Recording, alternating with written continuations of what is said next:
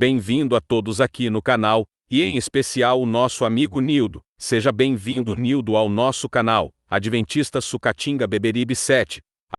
A dúvida é, se Deus manda guardar o sábado, por que a igreja guarda o domingo? Infelizmente, os senhores não, que vocês vão saber agora, argumentar, falar, mas a maioria, com muita tristeza que eu falo isso, a maioria dos cristãos católicos, eles se calam quando algum protestante de alguma seita cristã judaica... Não conheço o Padre Christian, mas se você um dia assistir esse vídeo, Padre, um abraço carinhoso para o senhor e dizer para o senhor que nós somos irmãos na mesma caminhada em direção aos céus. Nos meus ensinos, nos meus sermões, eu deixo muito claro que placa de igreja não salva ninguém. Dentro de qualquer igreja haverá pessoas sinceras a quem Deus salvará. Deus não salva porque eu estou na igreja A ou B. Deus salva aquele que é sincero na luz que ele possui.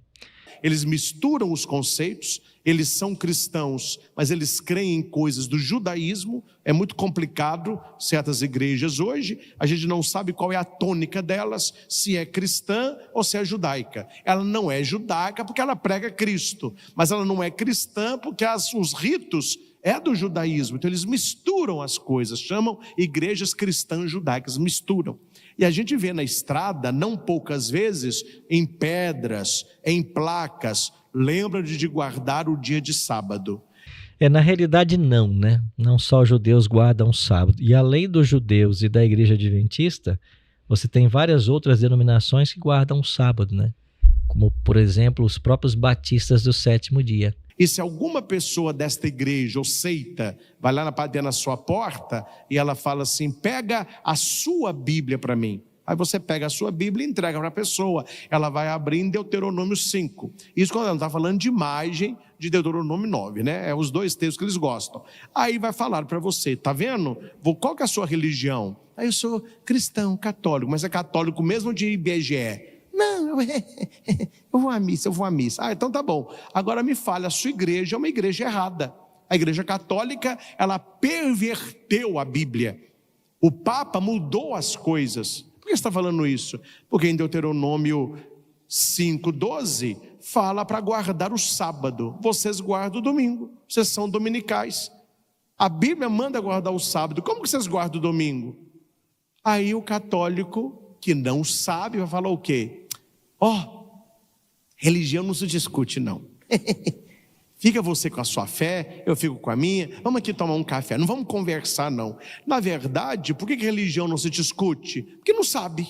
Quem não sabe tem que ficar calado mesmo, né? É muito melhor a pessoa parecer um idiota calado do que falar e acabar com a dúvida. Então por isso que o pessoal fica calado, para não ser um idiota, porque não sabe. Não vamos discutir. Gente, a coisa é muito clara.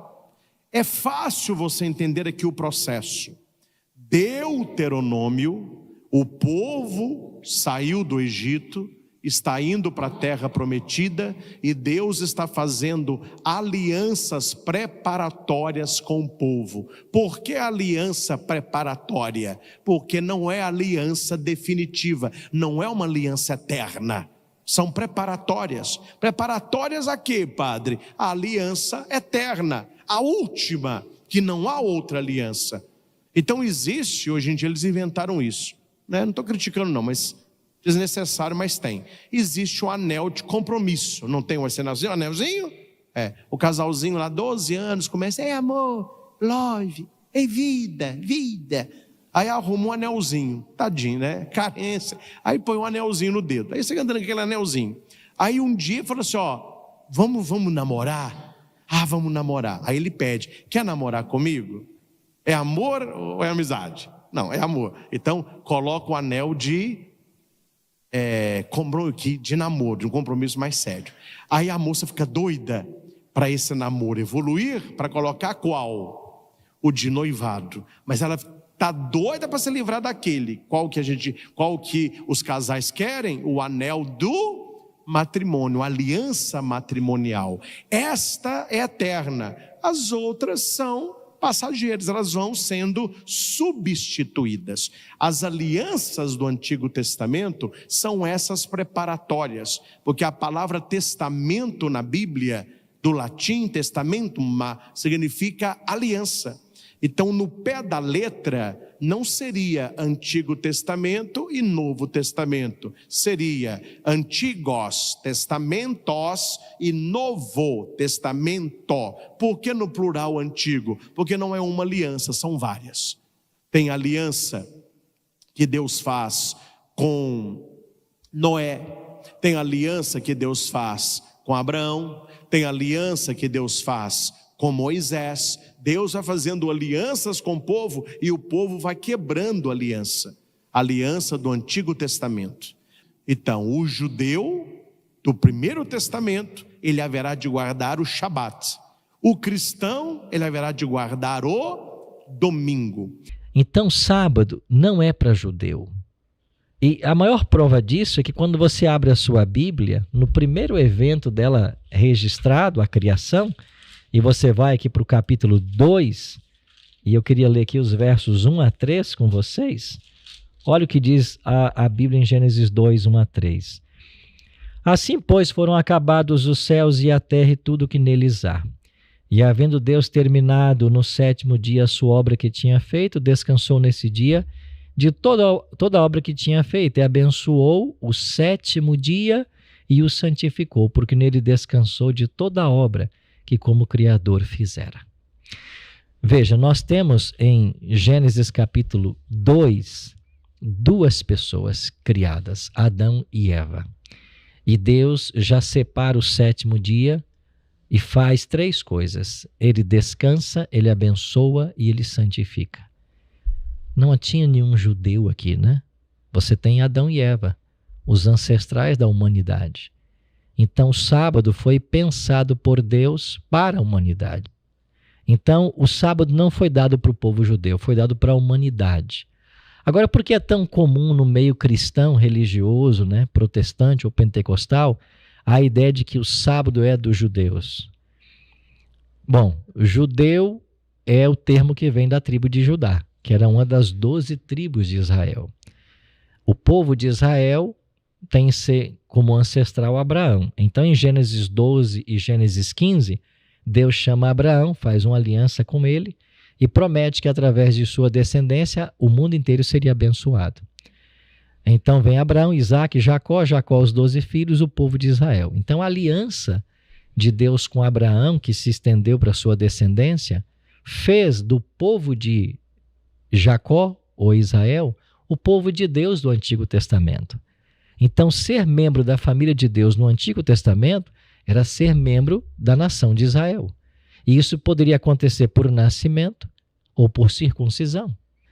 Essas 12 tribos, 10 foram dizimadas, né, exterminadas no cativeiro assírio, em 722. Sobraram 2 tribos, Judá e Benjamim, que vão também para o cativeiro babilônico, no ano 605. E Judá e Benjamim, de Judá, que era a tribo maior, é que vem o termo judeu. Então, quando o povo volta do cativeiro, aquilo que era chamado de o povo de Israel, a nação de Israel, agora é o povo judeu. Então, em todo o Antigo Testamento, a nação de Israel e o povo judeu foram os guardiões dos oráculos sagrados.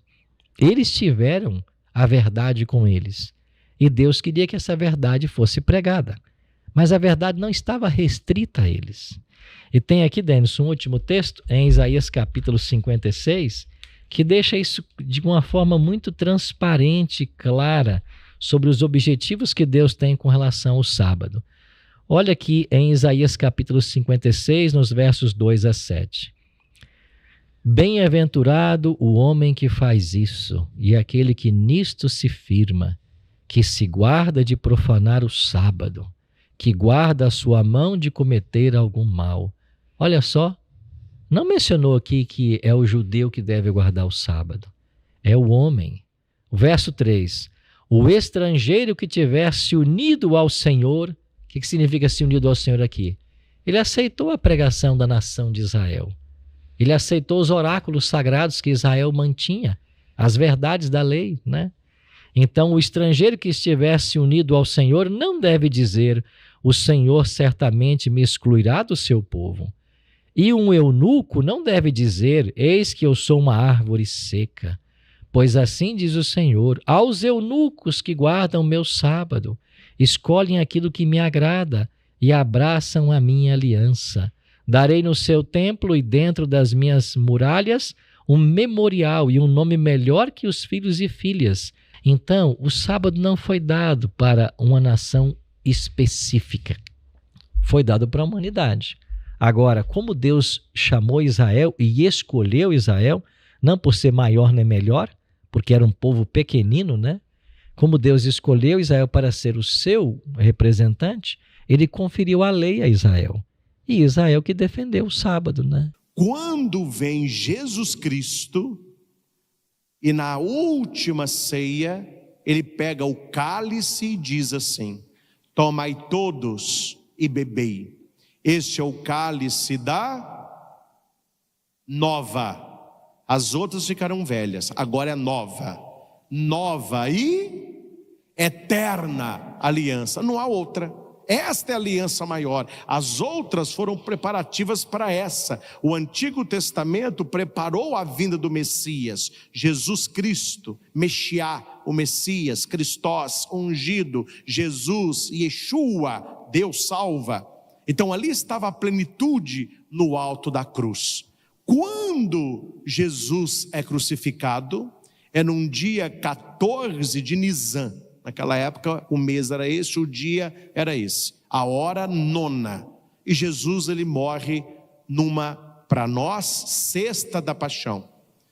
18 horas já seria o Shabat, e na madrugada do domingo ele já ressuscita, 3 dias. Então ele ressuscita no primeiro dia da semana. Preste atenção, o primeiro dia da semana é para o cristão. Para o mundo judaico seria o 8º dia. Porque Deus cria o mundo em 6 dias, ele descansa no 7º dia e Jesus ressuscita no 8º dia. 8º dia por quê? Porque o mundo criado em 6 é recriado em Cristo. Cristo seria o 8º dia. Na linguagem veterotestamentária. Para o cristão e o Novo Testamento é chamado não de 8º dia, mas de primeiro dia. Na Bíblia não se lê a palavra domingo, mas se diz primeiro dia da semana. Então, só para você entender, se o 8º dia é o primeiro dia, e o primeiro dia, que é domingo, é o 8º dia, o que significa nesse ciclo? Que ele não tem emenda, porque um dia se sobrepõe no outro. Por isso que a aliança de Deus não tem emenda com o ser humano, não é uma aliança emendada. É por isso que as boas joalherias, quando você vai escolher a sua aliança de casamento, ou a única coisa que você deve olhar, se a aliança tem... Ela não pode ter emenda, não é? Vocês estão casados. Ela tem que ser um ciclo sem início e sem fim. Hoje em dia coloca uma pedrinha, coloca uma coisinha ou outra, né? Mas a aliança tradicional, ela é apenas aquele ouro que não tem início, você não sabe onde o anel começou, onde o anel terminou. É o 8º e o primeiro dia. Jesus ressuscita não no sábado, ele ressuscita no domingo. A palavra domingo, do latim dies domini, que é a palavra domenica. Dies é dia, domini do Senhor. O que significa domingo? Dia do Senhor. Que Senhor? O Senhor Jesus. O Senhor Jesus que é Deus. O Senhor Jesus que é Senhor do sábado. Não está no Evangelho? Eu sou também o Senhor do sábado. O Filho do homem é Senhor do sábado. Se ele é Senhor do sábado, o dia do Senhor para o cristão não é mais o repouso, é o dia da ressurreição.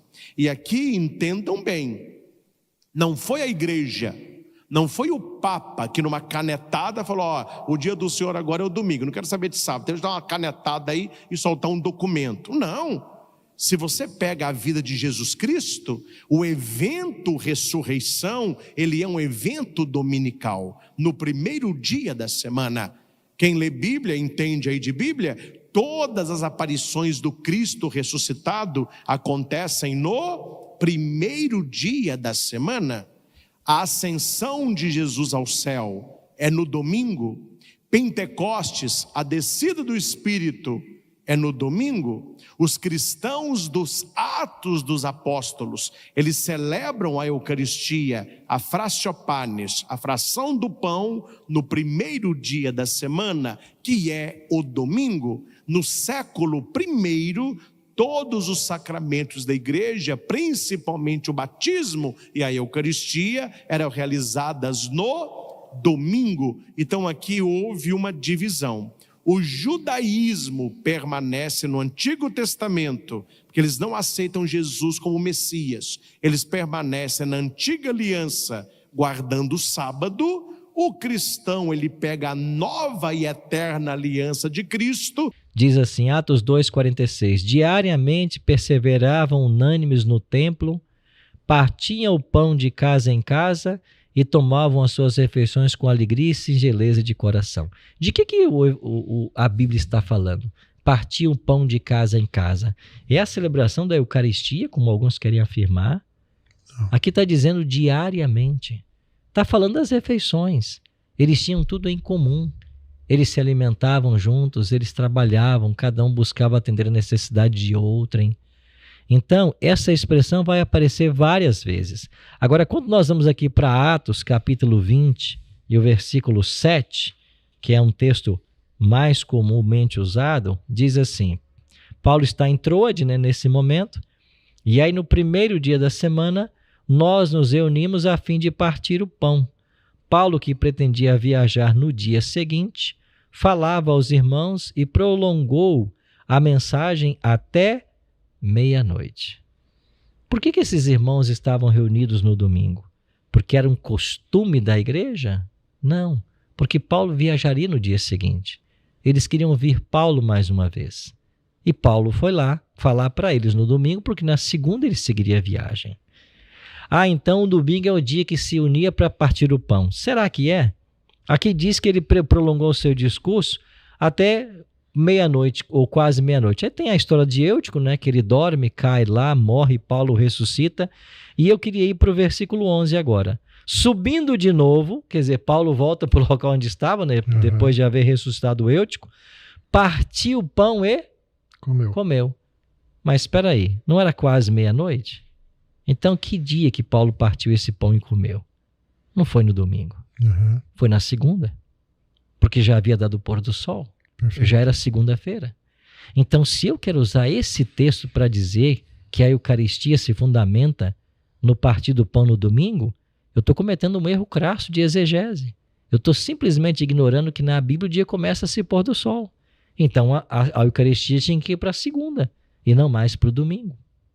Então, nós não temos, assim, textos que consubstanciam a ideia de que a Eucaristia tem que acontecer no domingo porque ele é um dia especial. É como o que eu mencionei há pouco. Essa mudança do sábado para o domingo, ela não se dá no início devido à ressurreição, mas devido ao domingo já ser o dia em que os pagãos adoravam ao Deus Sol. E só posteriormente a igreja começa a ensinar de que é em homenagem à ressurreição de Cristo, e essa é a teologia que acabou vindo para os livros da igreja.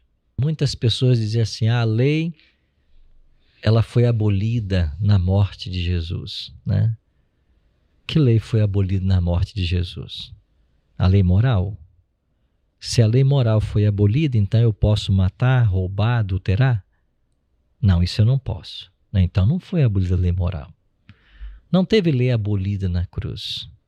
O que Jesus aboliu na cruz foi as ordenanças que constavam contra nós. Nós estávamos fadados à morte por causa do pecado. Ele paga o preço do pecado para nos livrar dessa condenação. Até a lei cerimonial, que às vezes dizemos assim, a lei cerimonial foi abolida porque Jesus morreu, Essa não é a expressão correta. A lei cerimonial não foi abolida, ela se cumpriu. Eu ouvi uma vez uma comparação que eu achei muito própria. A lei cerimonial na Bíblia é como um convite de casamento. Outro dia fomos ao casamento do seu filho, né? Perfeito. E eu recebi do Lucas lá um bonito convite de casamento.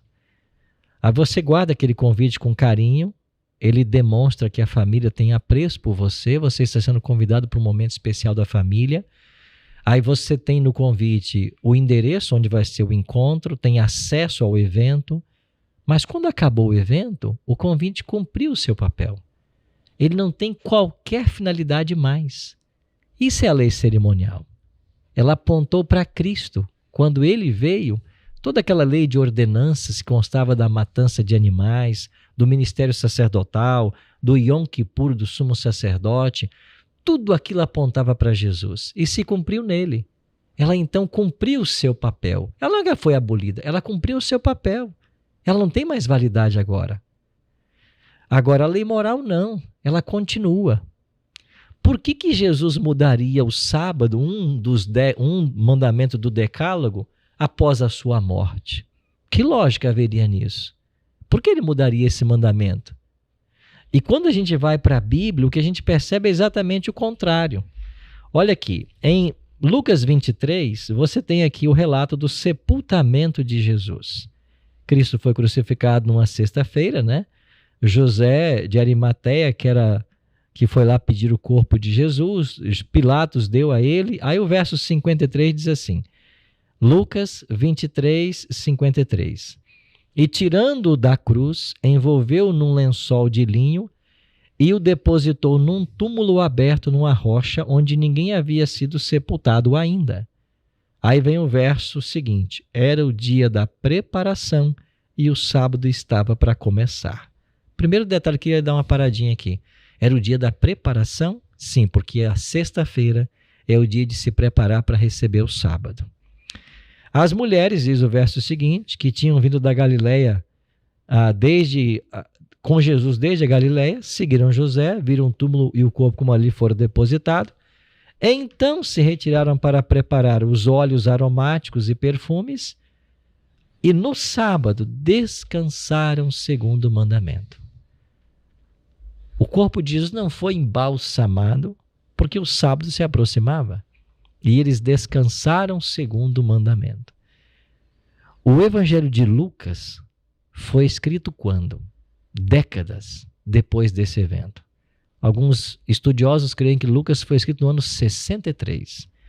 Se foi de fato no ano 63, já haviam se passado mais de 30 anos do evento da crucifixão. Por que Lucas, que não era um dos 12, mas um médico, um estudioso, que entrevistou várias pessoas para compor o seu evangelho e o livro de Atos, a quem ele escreve também, não faz qualquer menção a um tipo de mudança a partir desse momento. Mas relembra que ele foi crucificado numa sexta, que era um dia de se preparar, de que elas guardaram o sábado conforme o mandamento. Será que 30 anos depois ele não deixaria para nós uma advertência? Olha, esse mandamento a gente já sabe que não existe mais. Mas isso não acontece no Novo Testamento. Paulo guardava o sábado. Agora, será que o maior teólogo do Novo Testamento não sabia que esse mandamento tinha sido abolido? Não, por quê? Porque nunca foi abolido. Então, o sábado não foi abolido, nem o domingo colocado em lugar do sábado. Isso não tem na Bíblia. Então, não há nenhum tipo de santidade atribuído ao dia, porque nele Jesus ressuscitou. E há um outro detalhe interessante, e aqui nós vamos para a história eclesiástica.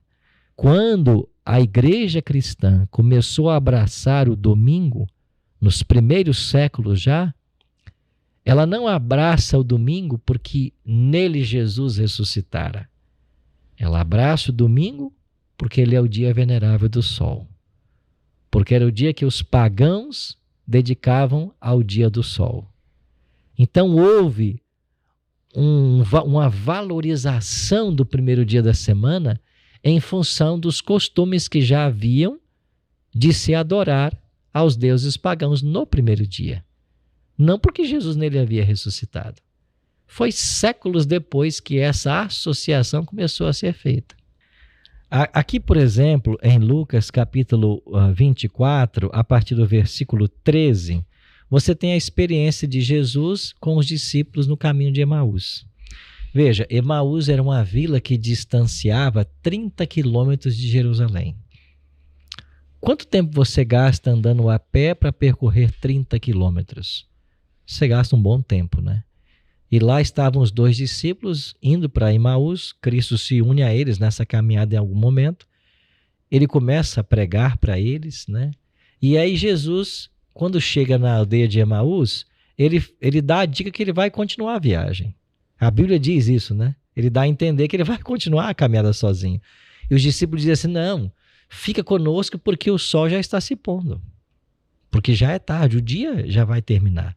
Não viaja à noite, fica conosco. Aí Jesus aceita o convite e entra na casa dos discípulos, né? E na hora que ele vai orar ali agradecendo o pão, uma refeição que eles prepararam para ele, eles reconhecem que é Jesus. Aí eles voltam para Jerusalém. 30 quilômetros. Eles voltam para Jerusalém. Eles estavam tão eufóricos com a notícia de que Cristo estava vivo, que Cristo havia ressuscitado, que eles não esperaram a noite terminar para ir contar para os discípulos. Aí o que a Bíblia diz na continuidade? Aqui até o versículo 33 e 34, 35 vai dizer que, olha o que diz o versículo 35, né? Então os dois contaram o que lhes tinha acontecido no caminho e como tinham reconhecido o Senhor no partir do pão. Eles chegaram lá em Jerusalém, foram falar com os discípulos que estavam lá ainda no cenáculo escondidos, para dizer, olha, nós vimos o Senhor ressurreto. Agora o que acontece no verso seguinte? Falavam eles ainda, verso 36, estas coisas quando Jesus apareceu no meio deles e lhe disse que a paz esteja com vocês. Bom, se desde a caminhada até Emaús o dia já havia se findado, o domingo da ressurreição, em que ele ressuscitou, e eles voltaram 30 quilômetros correndo, começaram a contar o testemunho para os discípulos no cenáculo, e nisso Jesus se apresenta, então certamente, biblicamente, Jesus apareceu para os discípulos, não no dia da ressurreição, no dia seguinte à ressurreição. Porque nós não podemos considerar agora o nosso horário de meia-noite, né? Uhum. Estamos falando da Bíblia. Certo. E na Bíblia o dia começa ao se pôr o sol. Então a primeira aparição que Jesus faz aos discípulos já é numa segunda-feira. E na Bíblia você tem duas ascensões. E eu não sei se você se deu conta disso. São duas as ascensões. Porque quando Cristo ressuscita, ele diz para a mulher assim, não me detenhas, porque ainda não subi ao Pai. Ele não havia ido ao Pai ainda, quando ele se encontra com a mulher Maria junto ao sepulcro. E depois ele vai dizer para Tomé, Tomé, põe aqui o teu dedo. Ele havia ido ao Pai. Ok, logo que ele ressurgiu... Então, logo que ele ressuscita, ele foi ao Pai. Perfeito. Se você está falando dessa ascensão, ela se deu sim. É provável no domingo. Perfeito. Certo? Perfeito. Certamente no domingo, né? Agora, se você fala da ascensão final, depois dos 40 dias, porque Lucas vai dizer que ele ficou 40 dias com os discípulos. Exato. Então, essa cena de Atos 1, ela não se dá no domingo, por um motivo bem simples. A festa de Pentecostes era celebrada 50 dias depois da Páscoa, e o Pentecostes caía no domingo. Então, se Jesus ascendeu 40 dias depois da ascensão, faltavam ainda para o Pentecostes 10 dias. E se você sai de um domingo e retrocede 10 dias, você cai numa quinta-feira. Se você vai para Daniel capítulo 8, 12, é dito também de que ele deitaria por terra a verdade, e o que ele fez prosperaria. O exército lhe foi entregue com o sacrifício diário por causa das transgressões, lançou por terra a verdade, e tudo que ele fez prosperou. Então, há uma previsão profética de que a lei seria mudada. Aí você pega hoje o catecismo, com todo o carinho e respeito que a gente tem por todos os nossos queridos católicos, E aqui no meu, aqui na página dos 10 mandamentos, 539, eu coloquei até 2 grandes interrogações.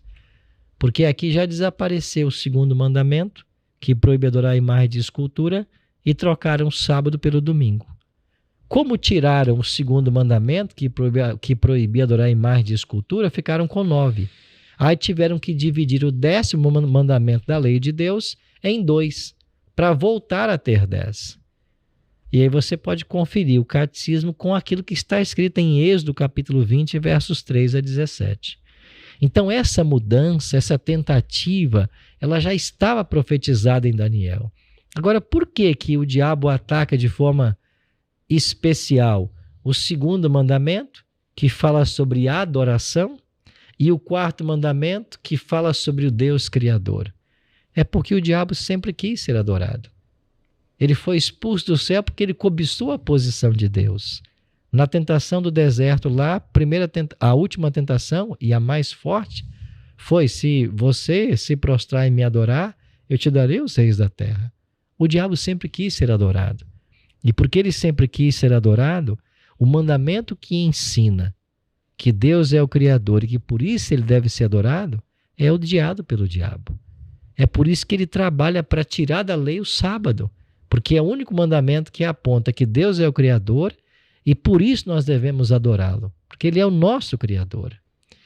Então, queridos amigos que estão nos assistindo, esse bate-papo está acontecendo porque nós temos uma preocupação sincera que vocês conheçam talvez algo da Bíblia que vocês não conheciam ainda. Que você se pergunte por que as coisas estão como estão. Por que o sábado foi tirado do catecismo? Por que o mandamento que proíbe adorar a imagem de escultura foi tirado do catecismo? Por que isso está acontecendo?